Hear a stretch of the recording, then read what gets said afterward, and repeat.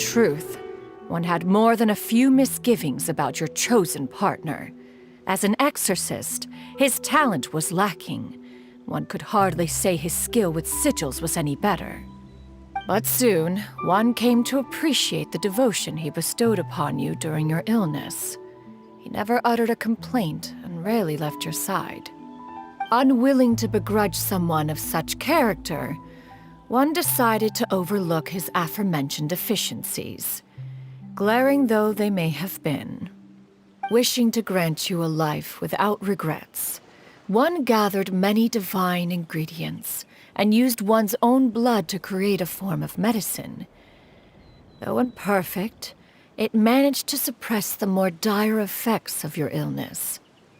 As for how to deliver the medicine, after much contemplation, one eventually decided to perform the deed oneself.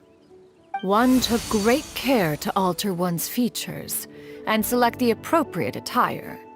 Only after meticulous scrutiny did one finally set out for Wangshu Inn. As one expected, you were most ignorant of one's true identity. You showed not even the slightest inkling of recognition. One was quite torn. Should one have celebrated the success of one's disguise, or mourn the loss of your acquaintance?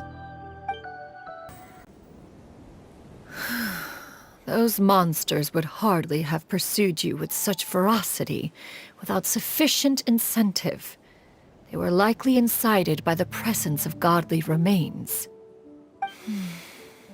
Said godly remains, in turn, were likely drawn to the trace of one scent on your body. One was, after all, an active participant in the Archon War. Some of the gods were likely shattered by contraptions of one's very making. In the end, one was relieved to see you endure through the night. At the break of dawn, one heard an infant's cry pierce through the air, and one saw you carefully cradle the child to your chest. Although certain mortal matters remain foreign to me, one could not help but be moved by your joy. To see you happy, that was more than enough. Just as Yuendai troubled one with her antics, so did you give one many a headache.